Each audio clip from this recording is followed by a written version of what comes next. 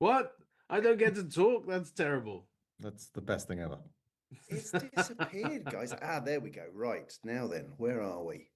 I'm having a nightmare here. My Can I just technology's all say, it's tough. This all this tech stuff is not Should easy. have given Paul the right. responsibility. JC, JC, Oh, you've disturbed my sleep. What? we have got another one. What? I thought you'd been to the doctors, had that sorted. No, we've got another sponsor, me old mucker. Yay! We have got the wonderful folks of True Charge. They are a brand new bronze sponsor. Mike Seymour from True Charge. Mike, welcome. How do? It's a cracking intro, thank you very much. So, Mike, listen, True Charge, we've only just begun to hear about True Charge. Tell us, who are you and where you're from and all of that good stuff. Tell us a bit about True Charge. Right, okay, well, True Charge is a relatively new name in the sort of EV market at the moment. It's a new division of a much larger company called Trueform. Trueform, been around about 50 years, deal with most of the councils and local authorities in the UK and abroad, and their sort of core business was street furniture. You've probably stood in one of our bus shelters, you've probably at an airport looked at one of our displays with your departure times and all the rest of it. Advertising displays, digital displays, wayfinding displays, that's Trueform's core business. And we were constantly asked by local authorities, we've bought these chargers, do you do canopies for them? And as the EV adoption increased, we've been asked more and more, and Trueform decided, do you know what, why don't we just make our own chargers? We can attach them to the canopies and we can just sell the job lot. And we've got some really cool stuff coming up. If people want to find out more about True Charge, how do they do that? So myself, I'm on LinkedIn, obviously is me. True Charge is on LinkedIn. That's our sort of get a vibe, if you like, to see what we do and how we're doing it. The websites themselves, truecharge.co.uk. And Mike, thanks again. Happy days, everybody. Welcome, True Charge. Welcome back to the EV Cafe, and great to officially welcome True Charge as a bronze sponsor of the EV Cafe. Brilliant to have you with us. And while we're on sponsors, I want to take this moment to recognise our existing gold sponsors. They are Europcar, Iveco, and the AA. Thank you for your continue to back us on our mission here at the EV Cafe. But today, I am genuinely pleased to say that Avalou have joined that group as a gold sponsor as well. So isn't that brilliant news? That's significant for us because Avalou specialise in independently measuring and certifying EV battery health across Europe. And given today's topic about battery confidence degradation and used EV reality, that alignment couldn't be stronger. So, but I believe, John and Paul, you've got some filming planned in the future, a dedicated deep dive feature with them on the 4th of March. So I really look forward to seeing that. Yeah, we're going to plug Paul in and see if we can get a state of health of his batteries. It's going downhill, everybody. I'm afraid it's not good. How do you plug in to get that data? But properly, what's going on here? One of my batteries is fried back here. That's ironic. It's like popped on my appropriate lightning bolt. That's a bit strange. Anyway, I'll deal with that in just a moment. That's not distracting at all, Johnny, is it? No, I don't know if you heard that, but yeah, I'll deal with that in a moment. Yes. Live TV, everybody. Yeah, it is. It is. You never know what's going to happen next. But yeah, I look forward to you guys properly unpacking what battery health management and measurement really means for fleets, dealers, and buyers. So yeah, a proper welcome to Avalou as a gold sponsor then, everyone. Yay! But now it's time to talk batteries, not that battery. I'm going to look at that in a moment. Just let me know if it's on fire, please. It's getting a bit hot in here. So one of the biggest barriers to EV adoption, particularly in the used EV market today, isn't necessarily infrastructure, it probably isn't range, but we think actually confidence in the battery could be one of the biggest barriers in EV adoption. How long will it last? Will it fall off a cliff after 5 years? Can it be recycled? What happens if I buy used? Is degradation something to be fearful of? Do they catch fire? This certainly does. I can't believe that's happened. Of all the times, of all the time. There's still a gap between perception and reality, and confidence doesn't come from opinion, it comes from data, and Paul loves data. I love data. So, I love data. so today we're separating myth from measurable reality. But before Sam brings in our guests, I want to bring in the EV Café team into this because battery confidence touches everything we talk about. But Sam, I am going to start with you from a charging perspective. There's still this narrative that rapid charging destroys batteries. Does that come up now? And what's the actual real story in 2026? Oh gosh, Johnny, you caught. So I'm going to answer the first one, and I'm not going to answer the second. And the reason I'm not going to answer the second is because I think our first guest is probably more suited to answer that question, or at least I'll try and answer it from what I've learned from him. But I think the answer is no for the first part, Johnny. I don't think people are as concerned now as they used to be. Certainly, we don't see that in our charge point operator network in GridServe that is a going concern for people that are charging on our network.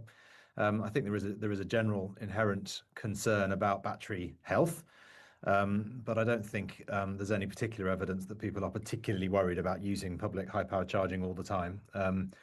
Certainly not in the same way that it was a few years ago. I actually remember trying to buy a Tesla many years ago, and without having any driveway, and the Tesla representative actually came to my house with a test car back in those days. It was a Model S. And I said, well, this is all right. I haven't got off-street parking, but I'll just charge on the network the whole time. And you're on the Tesla superchargers. And there was a teeth-sucking moment. Oh, you can't do that. It actually voids your warranty. I'm like, really? And it's like, yeah, because we need to protect the batteries.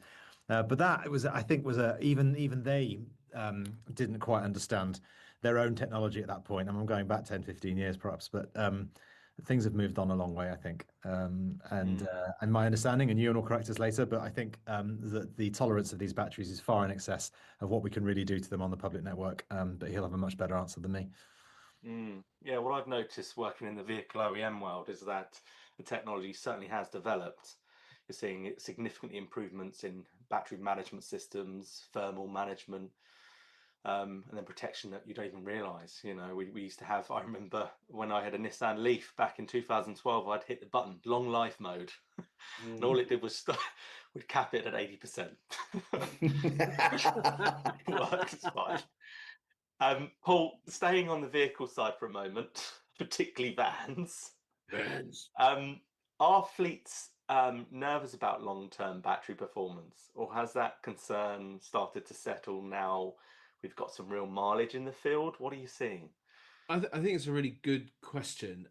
My answer to that is that the fleets themselves are very cognizant of an 8-year, 100k, 125k warranty. So almost they actually don't care. And I'm not sure that they're really thinking about it because they know they've got a level of protection.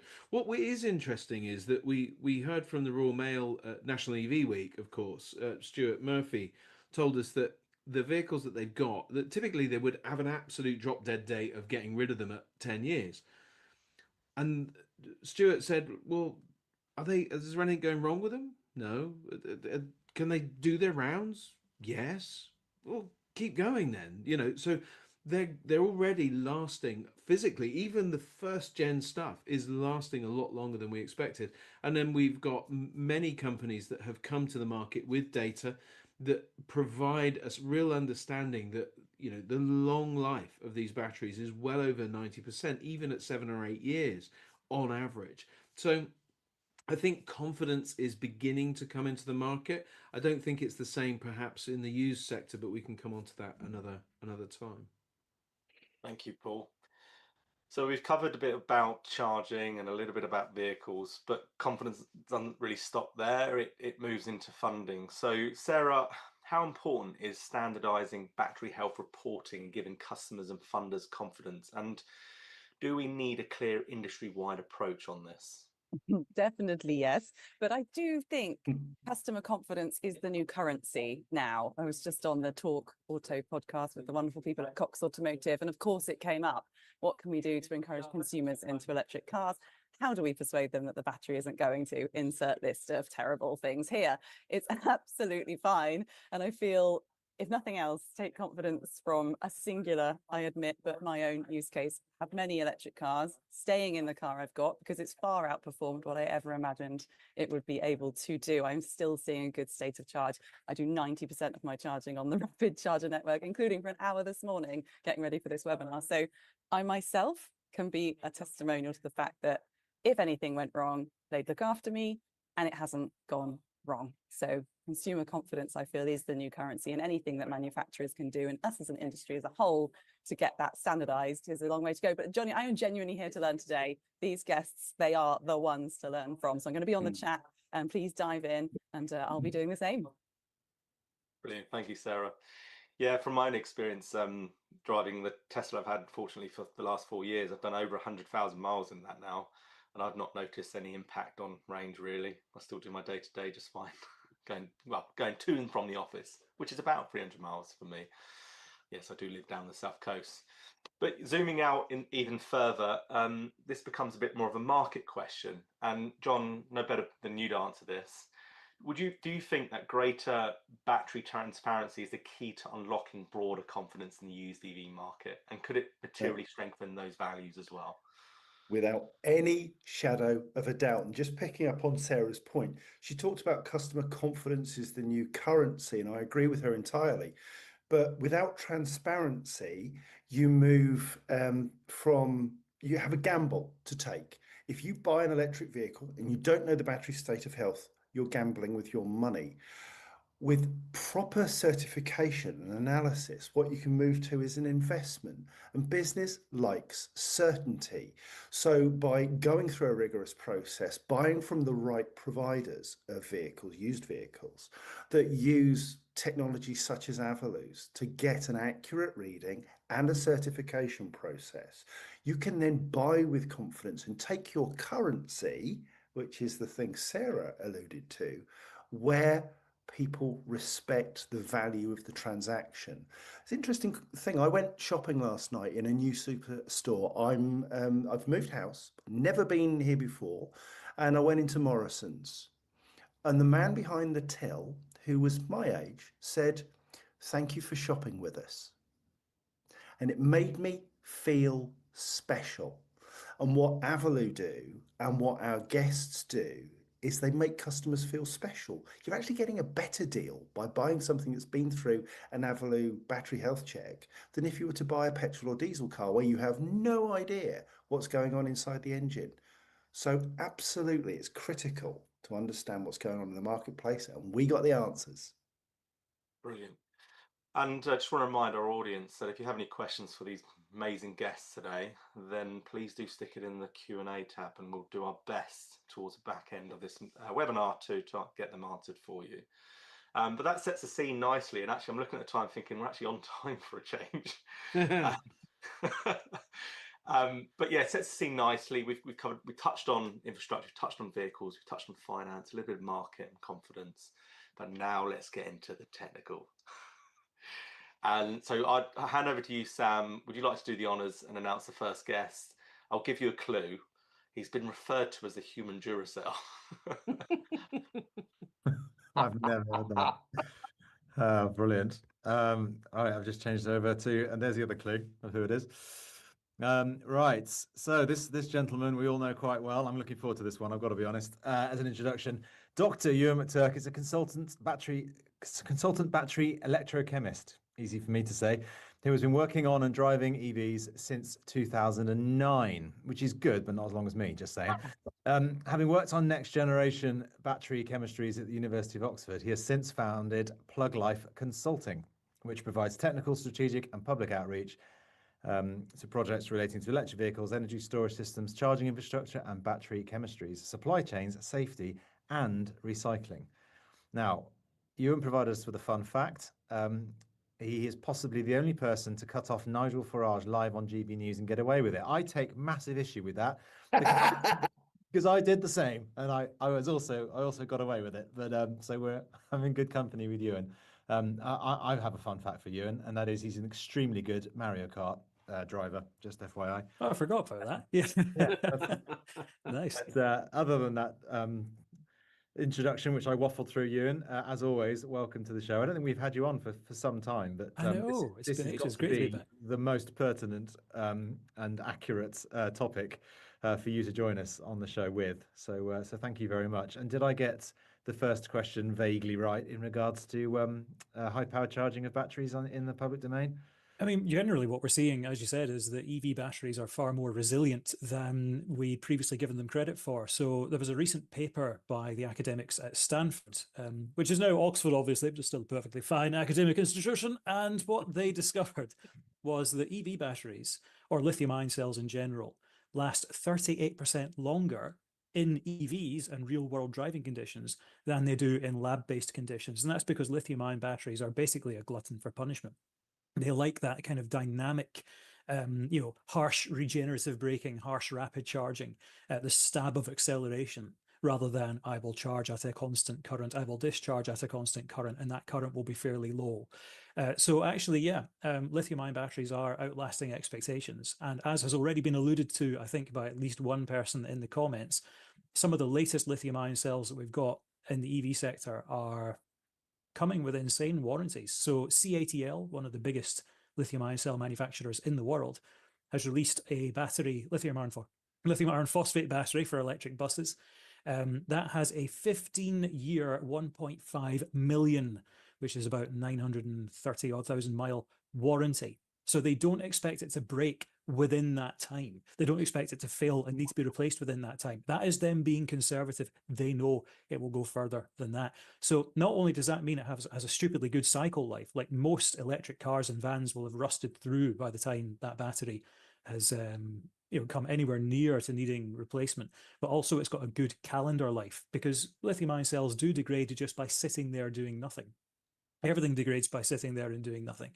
And that 15-year lifespan is way above what you'd expect for some competing non-battery technologies out there, about sort of double the lifespan you would expect from anything else. So yeah, the trajectory is only going towards faster charging, greater resilience to high power charging, and fairly kind of stabby drive cycles, and longer lifespan to boot. I've got a question. Answer than I gave. May I ask a question? Yes. Kate Tyrrell, she says, your opinion, Ewan, of solid state batteries, because we know you're dying to talk about them. Are they good? Will they improve the driver experience? So just like with lithium ion, solid state is a fairly broad family of chemistries, and some of them are more promising than others. But fundamentally, what we're seeing with what's being trialed at the moment, the likes of Mercedes and BMW are trialing solid state batteries from US manufacturers. And the US seems to have the lead on solid state development at the moment, along with a couple of European companies as well. We are looking at doubling the range of electric vehicles. We are looking at being able to support pretty high charging speeds as well. We're looking at fairly respectable cycle lives. And because you've removed the liquid electrolyte, which is flammable, I mean, anything can catch fire that if you're determined enough. For example, my wooden office desk, there's no flammable liquid in it, but if I was to get a flamethrower and stand there for ages, it would eventually catch fire. You might be able to do that with some solid state chemistries, but you've removed the most flammable, the most volatile component. So there'll be a darn sight safer as well. But that said, there are a couple of false prophets coming our way. So there are a couple of Chinese car companies that have come out with semi-solid state batteries. For example, the IM, the kind of fancy MG brand, I believe has the Wheelion semi-solid state cells in them. Those have still got liquid in them, so hence semi-solid. And to be honest, the range improvement isn't as much because it's a very small improvement. You've not just, whereas you look at some of the more advanced all solid state batteries, you're not just replacing the electrolyte and the separator with the solid state electrolyte, you're replacing the anode with something that's not big bulky carbon. You're replacing it with potentially pure lithium. So you've really improved the energy density and improved the range. But with a lot of these semi-solid state batteries, we're not seeing that kind of step change improvement. we're also seeing, fairly average charging speeds. So 2C, in other words, take the capacity of the battery in kilowatt hours, multiply that by 2. That's the fastest charge power you'll be able to get. So, the near future for semi-solid state batteries isn't really as revolutionary as we think it will be. Bring on 2032 to 2035, at which point solid state batteries will be expensive premium products, but we will see some beastly performance from electric cars, and that will eventually, as it scales, become more affordable and more kind of adopted across the kind of wider spectrum, and that will deliver safe, high performance, long lasting, fast charging batteries. Can I just ask a quick question on something you said before the guys? I know they got their hands up. Yeah, Wait, but hands What? up. yeah, but What? I'm channeling my inner Oh, hang on, Kirby and cue just cousin, interrupting. goodness It's sake. much. Oh it's much my goodness me. the solid state, semi-solid state, Ewan, that you mentioned, Yeah. is that something you think the manufacturers are going to distinguish between, or are we just going to get a bit hoodwinked into that one standard terminology and therefore not really understand what we're buying? I get the feeling they'll mention it in the small print on the website, and the person trying to sell you the car will not differentiate that because they'll be a bit naughty and they'll be wanting your money. So what you need to do is go to the actual battery experts and automotive analysts who know this. And on that note, if you are looking into that sort of stuff in the future, do head to Plug Life Consulting, because they can help you with exactly that. Done. Right, can I ask my question now? Go on then. Thank you. That's very kind. So I have one statement that you've been a very naughty boy, and you've encouraged David Bell that we now have Grand Prix traffic light permission, so we can all burn everybody off at the traffic lights for the good of our battery health. I'm sorry, officer. It was because I'm making my battery good. Officer. Anyway, I haven't been drinking, honestly. But no, I wanted to ask a very specific question, because there's been a lot of fuss about one particular organization. Now, NDAs notwithstanding, you may already be talking to them, and if you are, I apologize for asking the question, but donut technology, or the solid state version of all singing, all dancing, many of us have heard about this. Real or not? The donut in the room. Honestly, if I had a quid for everyone who's asked me about that, literally the number of WhatsApp messages and emails I got, I could have retired by now. But it is a revolutionary departure from anything else that's out there. They are a startup. You kind of trace the origin of the kind of companies that they've bought over and the expertise of those. There could be some truth in there. But that said, there are some eagle eyes who looked at, for example, the demo pouch cell that they had, and they actually took a ruler and kind of measured everything versus the multimeter it was sat next to, because they knew the dimensions of that multimeter, and went, well, you've claimed that the energy density is this much, but based on those dimensions you couldn't squeeze that in there, so it's probably down here somewhere. But I mean, that said, they might be talking about energy density at automotive scale rather than sort of tiny little phone battery scale. I will be keeping a very close eye on Verge Motorcycles, who are using those batteries. And that said, there is someone pretty senior within the UK academic/industrial automotive scene who has joined their company recently, and it's someone who I respect quite highly. So the fact they're joining it does seem to suggest that there is some truth to this. But obviously, I inherently have to approach with an air of curious skepticism, and I want to see the real world evidence out there of just how long this will last, just the sort of range we'll be able to get, the round season weather performance, the fast charging capability, and the claim of something like 100,000 cycles. That would be wonderful if true. We'll see how it compares to its calendar aging as well. Does it degrade faster just sitting there doing nothing, or is it actually like a genuinely long-lasting thing? To be honest, it's too early to be able to tell, but a lot of electrochemists like me are curiously skeptical, but we're not writing it off. Excellent. What a great answer. Thank you. I've got my hand up. And How Means novel. nothing, Sarah. and it's not actually my question. I'm with Scott Edie on this one. How do we translate this for the sort of norms out there? And I don't know about you, but my social media and DMs, and I've tried to do presentations to the community, and I really would just love Ewan and everybody else on this panel to get a statement together. We all have our own versions of that, and I think the more we all say the same thing. So hit me. If you just met me on a bus, what would you say to me if I said, yeah, but those batteries don't last though? Oh, well, this is, as you've just seen, I'll launch into like a 5-minute explanation and go No, into kind of not every allowed. single detail. Not Got one allowed. sentence, Ewan, for goodness sake. Well, I would say that EV batteries, right from the cell level up to the pack, kind of the way they're integrated into the vehicle, are completely different from the lithium-ion cells in your mobile phone or your laptop. They are designed with longevity in mind. They are designed to be cooled to make sure that they last longer and that heat doesn't become an issue. The voltages aren't pushed as high, so they don't degrade as fast. So what you're used to in your mobile phone is absolutely irrelevant versus what you would get in an electric car. That is why EV batteries last longer. I would love to know what job Ewan would do if he wasn't a battery chemist. Can you imagine? Definitely not a him bus being driver. traffic warden? queue for bonds, surely. Can you imagine? I mean, there must be 101 roles where you would scare people to death. Do you know what? I've not even thought of that. I'm so buried in the battery sector now. What would I do? Yeah. We I'd need maybe you go back stay to my there. musical roots. We need you but, to stay there. You stay in the battery yeah. world for us, Ewan. Thank you. Oh, well, no jazz trumpet or grade 8 piano for me in a while then. But hey, the lab needs me. The world needs you indeed. I can see Ewan as a techno DJ or something like that. Really? Oh, God. Hey, listen, You'd he's be a great disappointed. narrator. He's a great narrator. That's true. EV That's spotting. very Come true, on. yeah. We Head get over time to play that, it later, everybody on shall we? YouTube. He's your man. Ewan, I feel like we could honestly do a whole episode just on this with you. But in the interest of time, we need to bring on our next guest. But please stick around and we'll definitely come back to you later because there's no doubt there's going to be loads more questions. No worries. So over to you, Sam, to welcome on our next guest. And while you Cheers, do Joe. that, I've got fluid over my hands from the battery that exploded. Oh, I thought yeah. you'd gone off screen for a reason.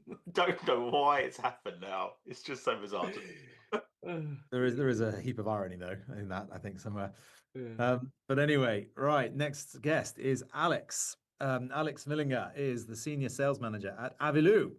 Alex is a seasoned business development leader specializing in UK market entry for the automotive sector. He has a proven track record of identifying high potential segments, forging strategic partnerships, and driving revenue growth from launch to scale. He took over the role in February 2025, so you're on a year anniversary. Adept at navigating cross-functional teams, risk mitigation, and delivering rapid ROI, which is return on investment for Paul's sake, through targeted campaigns and regional ecosystem engagement. He is passionate about accelerating UK adoption of innovative automotive solutions and sustainability and mobility. And therefore, Alex, you're in the right place because we are also passionate about accelerating UK adoption and innovative automotive solutions. So welcome to our show. Thank you so much for the sponsorship as well, of course, as we said at the beginning of the show. And I think you win the best background of the day as well, actually, because Johnny's exploded, so his can't count. So yours hopefully won't explode because it does look quite similar. I don't know if it's real or not. I can't tell, but It is. It is real. That's excellent. Welcome. Hi there. So thank you that we are part of the EV Café this year as a gold partner. And as nobody knows, the dedication started roughly in 2025 about battery diagnostic. I want to share a small quick presentation where I can explain something about the status of the battery, if you don't mind. So here we go. So Avilu invented the battery diagnostic for EVs and PHEVs. And there are our major focus. So we have the flash test. It's like a battery diagnostic, what will be executed in 3 minutes. Also premium test, dynamic driving, battery certificate, and also the expert test. So, but it looks very simple, but it's also complicated. And therefore, I like to do a comparison between the battery and the human to get an easier explanation. So, if you rely on the SOH readout, this is what's provided by the OEMs, for example. So then it's just a calculation through range and what the battery have to be at this time and of the age. So it's similar to a blood pressure test, and you don't get any solid data. But when we compare now our flash test, so our flash test, there you get like a blood sample to your doctor, and they will send it to the laboratory. And in the laboratory, they already check then the age, if you're smoking, drinking, or how is your weight. And then they compare your blood with the existing database. And then in the end, you get a result and the doc will say, hey guys, so please use a little bit more vitamin D or a little bit more iron. And the same is what we are doing. We get all the data, we analyze the battery, each cell, get all this information out of 96 of all the EVs and PHEVs, and then bring it to our big data cloud. And then we compare this data to see what kind of battery health, SOH, has the battery.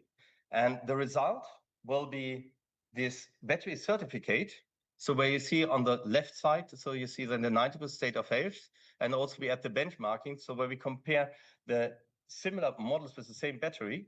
So how is this car? Because we're also looking in like aggressive driving, fast charging, and all these methods.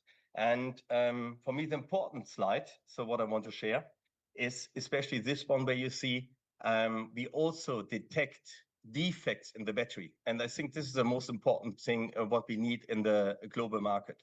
So with our diagnostic, when you see on the middle, there's a circle with a value 100%. And this 100% shows you that this is a BMS readout value. So it's not a diagnostic. So if you go then there and buy a car, so you will say, oh, nice, it's a value of 100%. You drive around and then you see the range is lower. You go back to your car dealer and the car dealer will tell you, so everything is fine. And then you do an average battery diagnostic, and then we indicate that there's a cell defect and we don't give any value. And if there's still an OEM warranty on this, so easily you can just get back and they repair the battery. And this gives trust in the market. So this changed the market. So therefore we saw it, for example, beginning last year, 2 of 5 people asking at the car dealer about the battery health. In the end of last year, it was 5 of 5. They just want to buy a used EV with the battery certificate. Short and knapp. So, and a little bit about our company, if you don't mind. So our founder, he was former working as a director as General Motors, and he developed the BMS. So he knows what he's doing. So I'll be collecting millions of data points when we checking the battery. So we have our big data cloud. So we checking, for example, different climates, so Norway, Australia, South America, already in Japan. So I just came from Japan, for example, and the market is growing. So the value is there, and we have a reliable partner also in the UK. And also our decision why we joined EV Café, because we want to educate the people that they understand how important is that they need a battery certificate, and we want to support the consumer.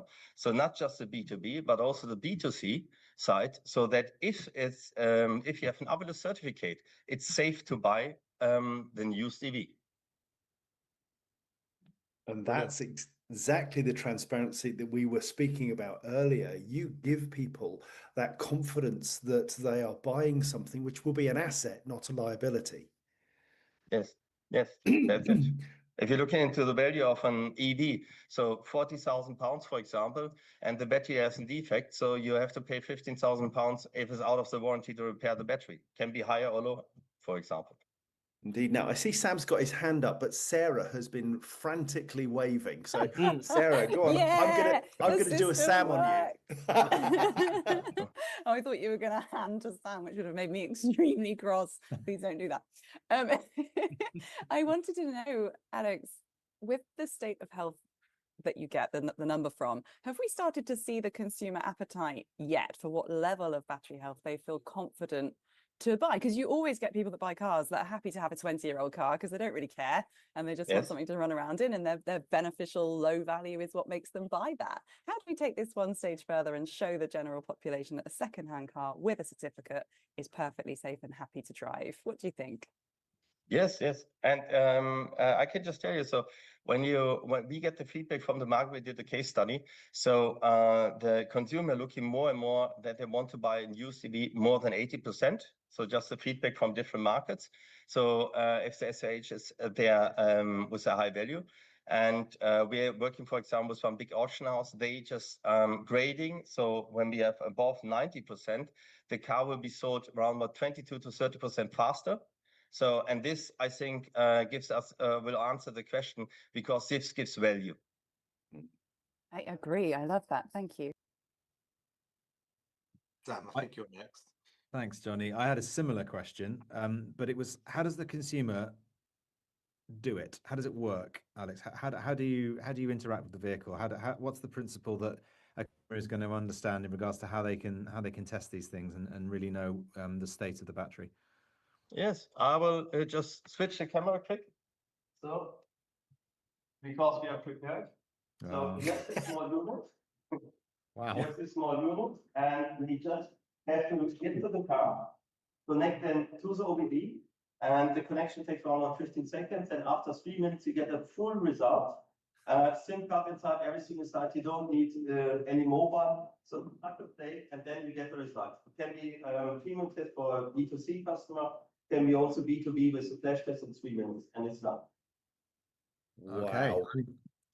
Just for the record, I had no idea you were going to do that, and I had no idea there was a car the other side of your camera. It looked like that was all a setup, that Sam. That was cool. That wins. You win. Far You too win. professional for us, Alex. Austrian, right? I just have a quick question, Alex, before we must move on to the next guest because we're really on time now.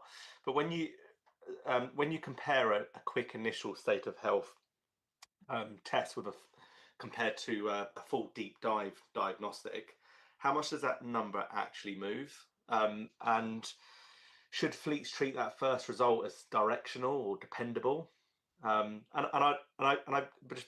add to this just to say that about a year ago, I did have my battery tested remotely, and I was told that I only had like 2 or 3% degradation. But on the forums, people with similar mileage, similar vehicles were stating something like 20%. So how has it come that different? Like, is it just because they did a deep dive and worked out actually it's lost a lot more? Yes. So the flash test is the fast product, so where you can get the diagnosis in 3 minutes. This is but also based on constantly driving, so like a premium test. So we receive all this data. So and the difference between the flash test and the premium to dynamic driving can be a little bit different in lower percentage. Yes, but the most important indication is the 3 minutes test, the flash test, because then you get the result and shows you. Because the dynamic test, you have to charge the battery to 100%, leave the unit plugged in, and it's also certified for this. And then you're driving until you get to 10%, and then you get this value. But we also have this data, so we give an accurate with a very low percentage, but it's a secret from the company, so we won't share. But I also can share, we have some about degradation. We have some great news in around about 3 to 4 months, and we will announce this with EV Café. But at this moment, I have to shut my mouth on this one. And but we get more trust and security on this. Yeah, I think when you sign up on the EV Cafe, you should also sign an NDA. Moving on to the next guest then, Sam. I'll leave it over to you. Alex, been wonderful having you on. Please do come back on in about 5 to 10 minutes. Amazing. So I can see there's already questions coming into the chat box. Yes, thank you, Alex. I've got a question as well, which I want to ask, but I'll do it later. Okay, last but no means least, Phil, if you'd like to come on camera, if you haven't already, can't see. Might be me. There you are. Brilliant. Thank you. So Phil, oh God, I'm going to pronounce this wrong. Notard. There's plenty of ways. As long as you do one of them, it's fine. Oh, I just did 2, so there we go. I win. Is the Insight Director of Cox Automotive Europe. He leads the development of data-driven market insights across new, used, and EV markets.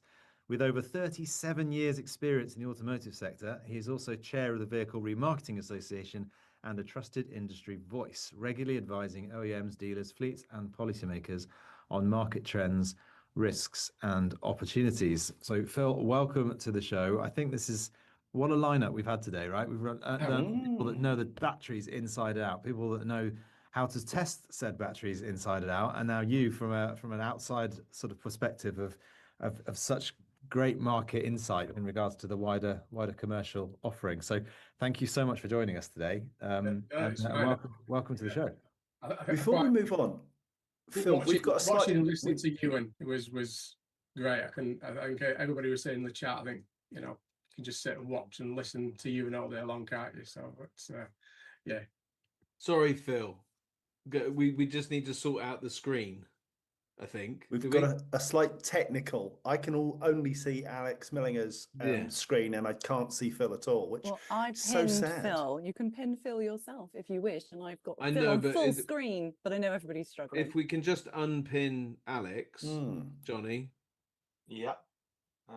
It's just- then that should solve the problem. 6 years, people. 6 years we've been doing this. I know. he's There not we actually- go. Yeah, weirdly, I had the button to remove the spotlight, so I just clicked it. I think that solved it.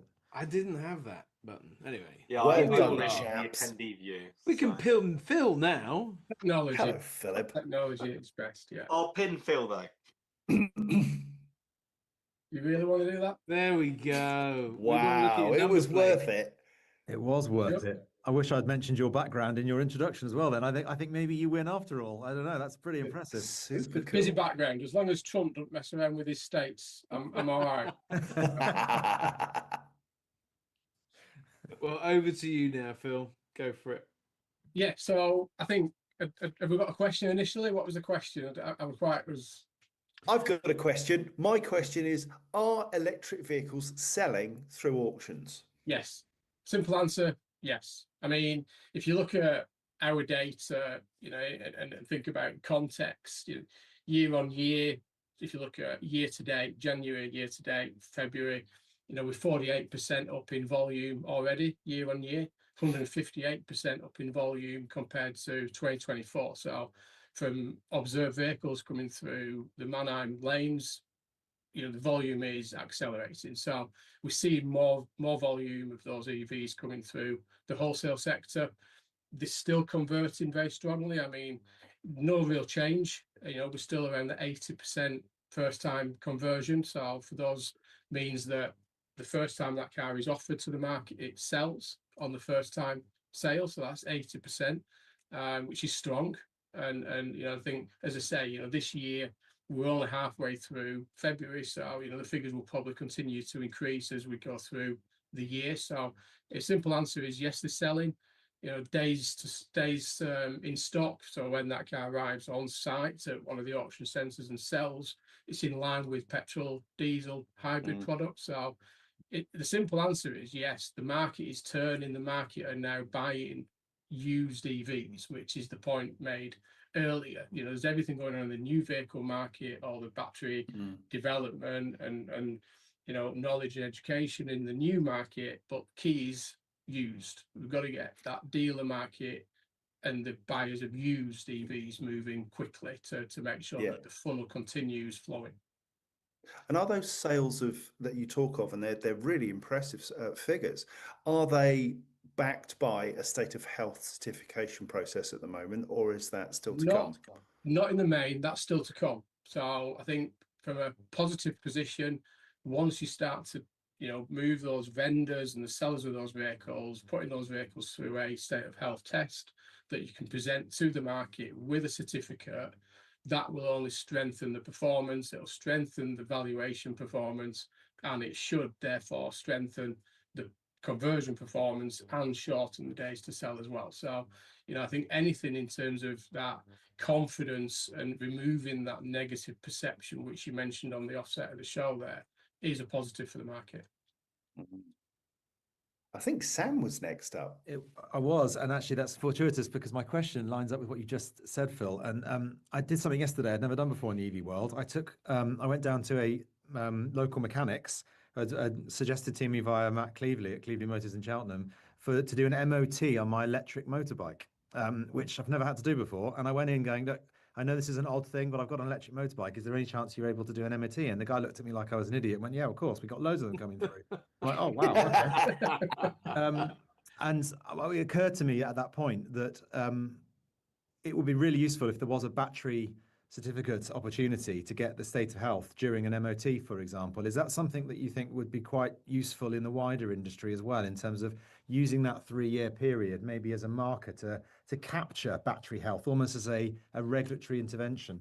I think we could go one further. I think, we all try and we have our service routines, we have the MOT routines, and, a lot of us at that 3-year point, you tend to try and do your MOT at the same time as you do your annual service. So that it's in for one day, it gets that, you know, the work done all together. I've just had my car done. It's, you know, they said, oh, your MOT isn't due for a couple of weeks. I said, well, you've got the vehicle, you're doing an annual service on it, you're doing a tyre change, do the MOT at the same time, get it into that routine. Then you start adding on that state of health certification test, then you might as well put it into that same process and that routine within the network. So yeah, I agree. And I think sometimes we forget how long EVs have been in the market. And again, just referring back to our data, you know, 2024, the average age of an EV coming through the wholesale market was 34 months.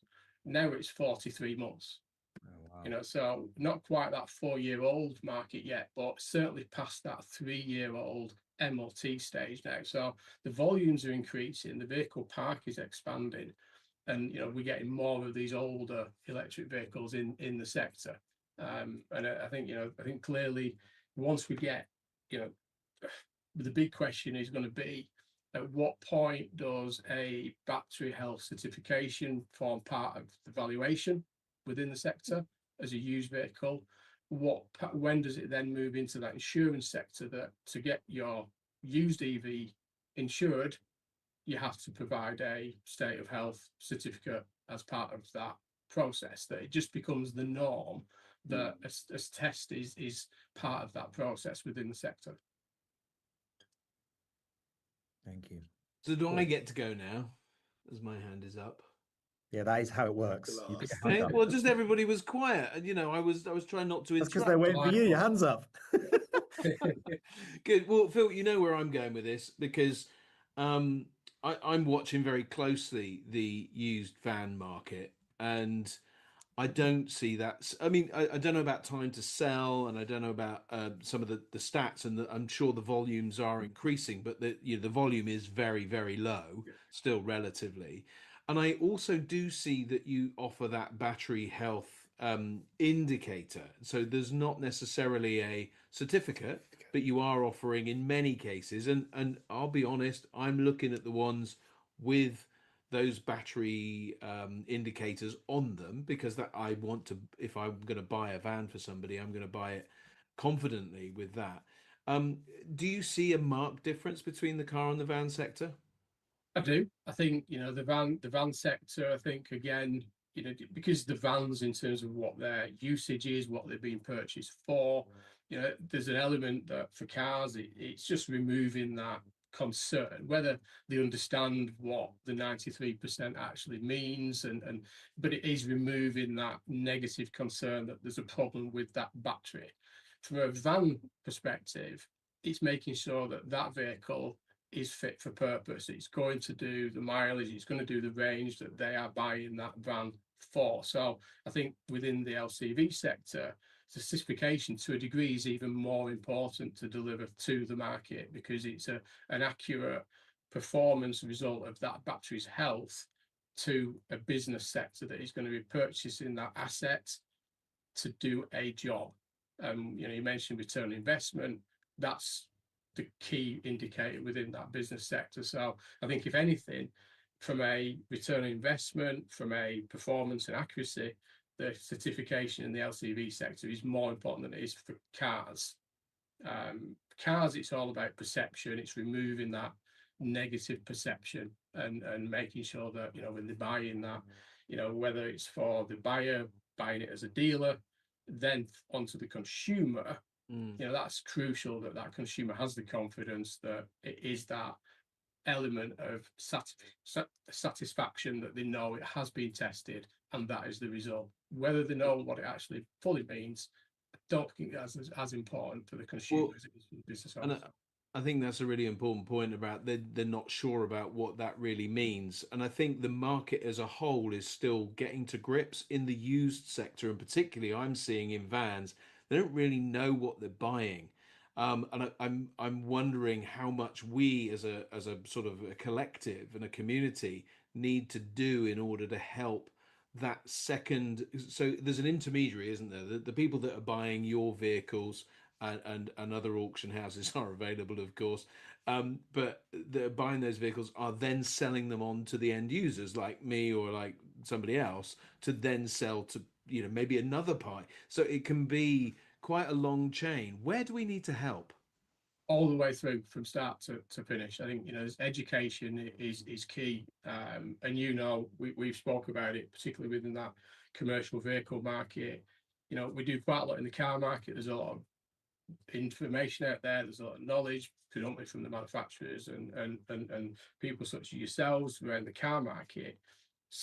Commercial vehicles is less so. I think that it's less of an understanding of that total cost of ownership, which vehicle will do their job. We know, Paul, as well as I do, there's a lot of commercial vehicle buyers that should be buying electric. It will do their job for what they need, and they're not, because it's a lack of knowledge, lack of understanding. And I think that's where, as an auction centre, there's probably a lot for us to do into educating those buyers of commercial vehicles around that electric vehicle market, displaying cost of ownership in a business format, that they understand that, what is going to be that balance sheet cost of that commercial vehicle, what are they going to save on the electric side by moving to electric and having that vehicle on their asset, on their balance sheet. So I think there's a lot to do on that. And I think that goes all the way through helping them as vendors, through to the buyers, and onto the end customer at the end of it. So yeah, I think there's a lot of education we can be doing with that one. It's our next job, boys and girls. Yeah. Thank you, Philip. We've got less than 10 minutes left, and we've got quite a few questions in the chat box. So I wonder if both Alex and Ewan could turn their cameras back on and join us to help answer some of these questions.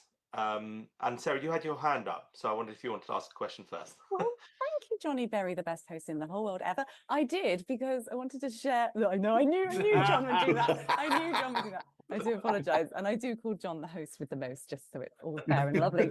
I was at the motorway services this morning watching a Bromford vehicle driver charge, and I followed them into the service area where they were expressing their gratitude for having a brand new van, because they were very worried that if they were given one of those second-hand ones, they would have to do lots more recharging. And I was like, really vexed by this conversation. So Bromford had gone ahead and electrified their fleet, and the driver had it in their mind that they were so grateful it was brand new. And I just thought, we've got to break that rhetoric. How do we, as the EV Cafe and the community, really try to get that message across about everything we're learning today, particularly to small, medium enterprises or those medium-sized fleets, where a second-hand van is a great shout.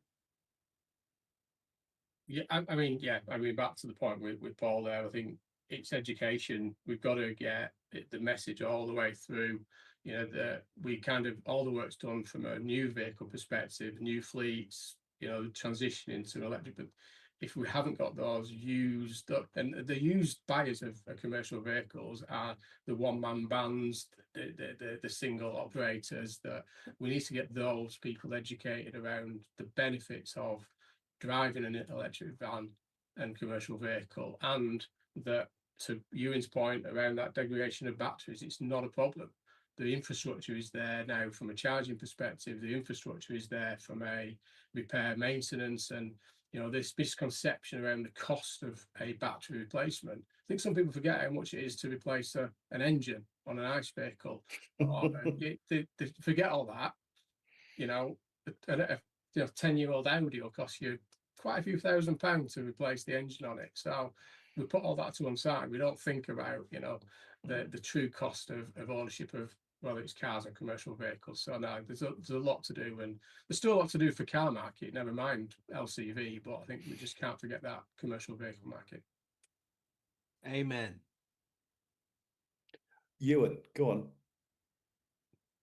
Yeah, in terms of that van driver being grateful for the fact the van was new rather than secondhand, I suppose within the van market rather than the car market, as Paul will well know, it was only recently that vans stopped being overpriced and underspec'd, and we started to get some really good specs out there.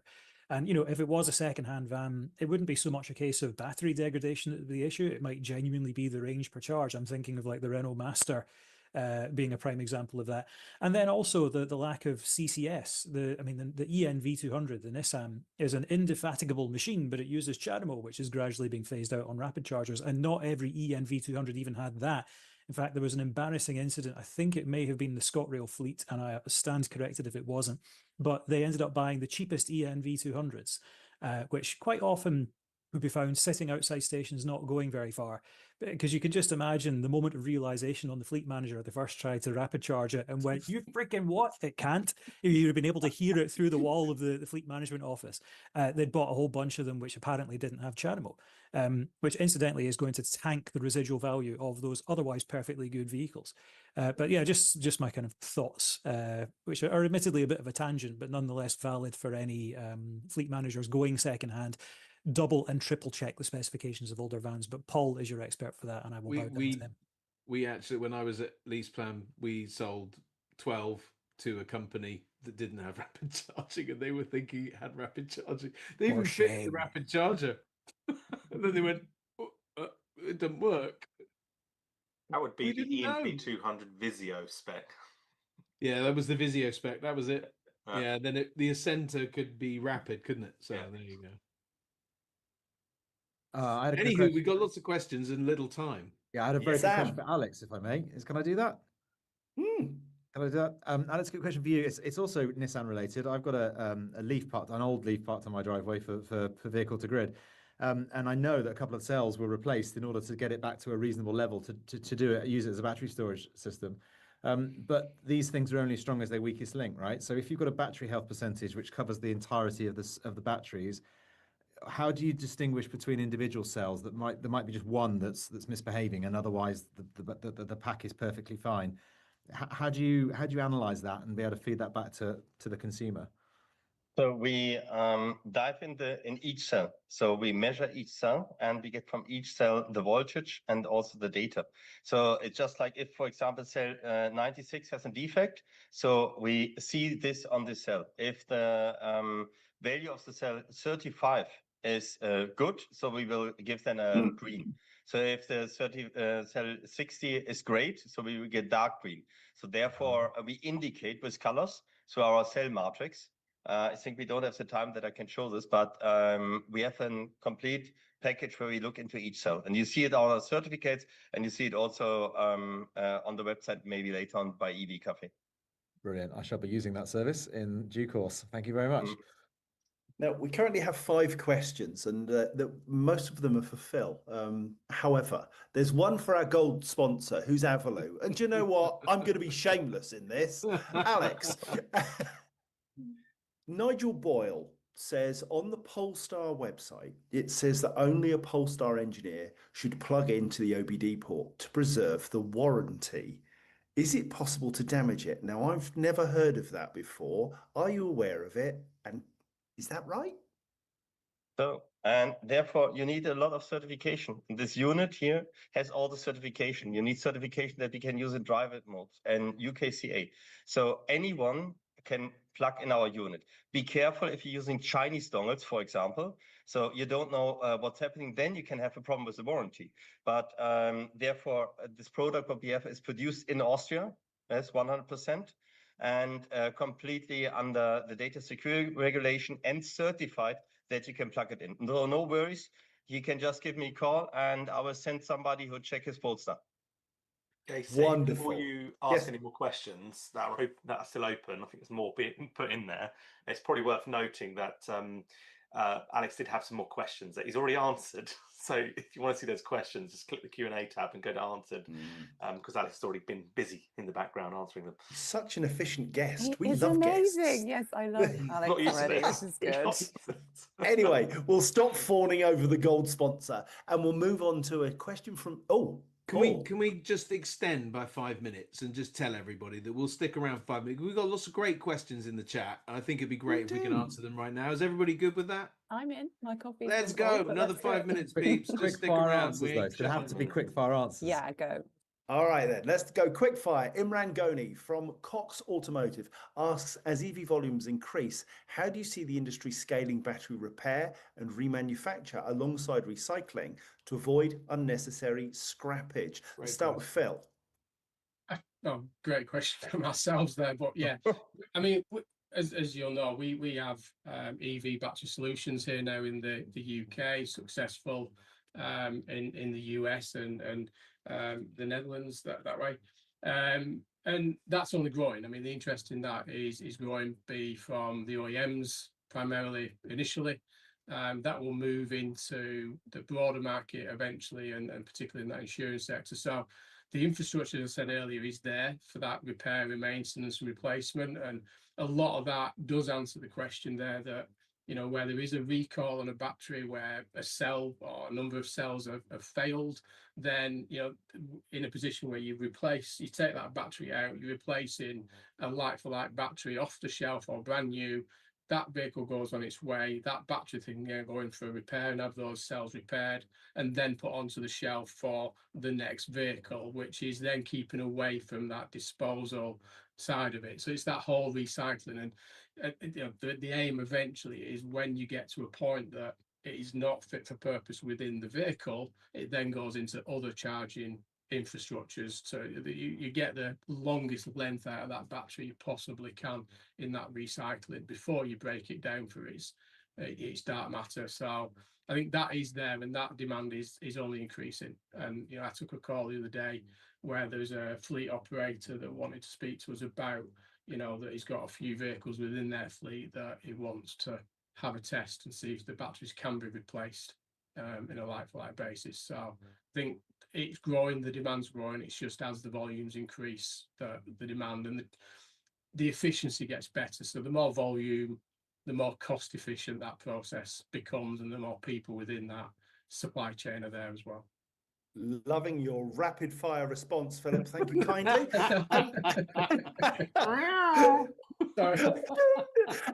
You should know me by now. You should know me by now. Sorry. I do, mate. And we didn't interrupt because we just love you. Sebastian Fleischacker asks Ewan, Can ZE is giving me 3 terrible cells. If I replace 3 cells, would I go up to above 90% state of health? I don't even understand the question, never mind the answer. So depending on how CanZE, which is the software that you can use to look at a Renault's battery health for anyone who doesn't know, depending on how it's defining state of health, you would hope that it's basically defining it by the weakest cells. So yeah, if you replace those cells, which by the way, you'd probably be replacing the modules that they're in, the kind of building blocks that are made up of multiple cells, rather than replacing them individually. If you did replace those, then, after the vehicle's battery management system figures out what's going on, and it's like, oh, these cells are much healthier now, and then you rerun CanZE, I would expect the state of health to increase. I don't know if it would be above 90%. That depends on the health of the cells that you've used to replace it and how well they are balanced with the cells that are already in the pack. So you want to make sure that the cell voltages are as close to one another as possible. I've seen Nissan screw this up with a Leaf before, where there were a couple of bad cells. So they replaced the modules they were in, but they didn't bother to match the voltages. So you looked at the cell voltages of all the previous modules, and then like the new ones were down here somewhere, and then the rest were. So because the voltages were mismatched, as the vehicle was being driven, those new cells, even though they were healthy, were hitting their minimum voltage under which they cannot go before the rest of them, and that limited the range. Likewise on charging, they're still way down here. They've not had a chance to catch up yet. So depending on how badly the job is done to replace the modules, you might end up with a poor state of health still. You want to make sure that those replacement cells or modules are perfectly matched voltage-wise and that they're in good health. And that way you should be able to see an increase in state of health. Good. Wise words, lots of them. Well done. Amazing how intelligent our guests are, but none of them understand what rapid fire means. It's missed in the academic world. It just doesn't. It just doesn't. That was rapid for me.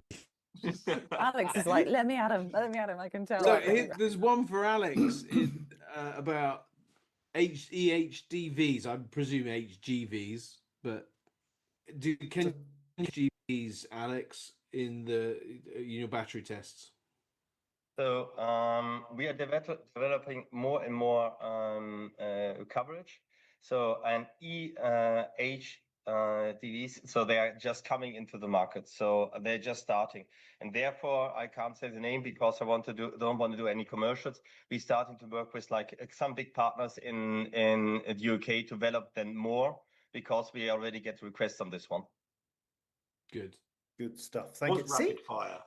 That was rapid fire. It's pretty good. Youch. Phil, coming to you, dear boy. Do you have forward visibility? And this is from Simon Tucker on when ex-fleet vehicles come to the market. What's the flow of stock coming in? I think it's slightly more challenging than it's ever been, and those that operate in that fleet market know that. I mean, flexi fleet at the minute and fleet extensions, that's getting a little bit more challenging than what they do. We do monitor the forecast, so we forecast EV volumes out to sort of 2029. That's looking at what's happening in the new vehicle market and what that looks like in terms of the used vehicle park. So yes, we do forecast out. A little bit more challenging breaking it down by fleet and private and those contract extensions and renewals because of the way the fleet market is sort of evolving in terms of that flexi fleet now. So a little bit more challenge to break it down by fleet. But yeah, it's something we do try and look at as to what the market looks like for the next 4 years. Can I just we got- throw in a quick opinion on this as well? I think the lease codes, but you mentioned the flexi market, the big sort of enterprises, Northgates of this world that run lots of vehicles that then go out for an indeterminate time.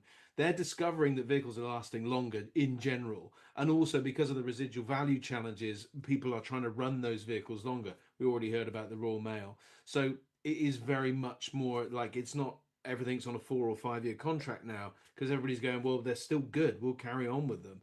And obviously mitigation, not as many vehicles being produced in different markets. It's really challenging, and I think it's a very difficult thing to predict. We will at some point get back onto the conversation about that multi-use, so it goes on the second, third, and even the fourth time within that fleet environment for those multi-users as they start to understand that market a little bit more, which protects depreciation against their asset value, but at the same time keeps that fleet operating more sustainably. So yeah, it's something that we'll keep close to. I don't know about you, JB, but I think the clock's ticking and we better wind up soon. Yeah, we probably do, but it's been a proper conversation. We probably should go back to the old days, 2 hours long, or maybe not. I can't afford that. 2 hours every Wednesday was the old days. If you That's remember. it. Every Great. Wednesday. But yeah, proper conversation. A huge thanks to the guests today. Brilliant insight from each of you. Yeah, we really very appreciate your good. time. Fabulous. And thank you to everyone that joined us live and sent questions in and chatted away in the chat box because it has been busy. But as always, we've got plenty coming up. We've also got Friday news every week across all channels, podcast. We've got next webinar, which I think is vehicle to grid. Correct me on that, if that's right. Indeed, That's correct. going to be an interesting one as well, actually. YouTube content is building nicely, so go check out that, and more live events on the way. On that, just a quick one, CV show pods are nearly sold out. And I think we've got 1 or 2 or 3. There is 3, yes. But 3 out we've how got many? 20 people already exhibiting. Fabulous array. Wow, it's going to be so good. So if you're thinking about it, now is definitely the time, because I'm not sure the next webinar we'll be able to say if there's any available.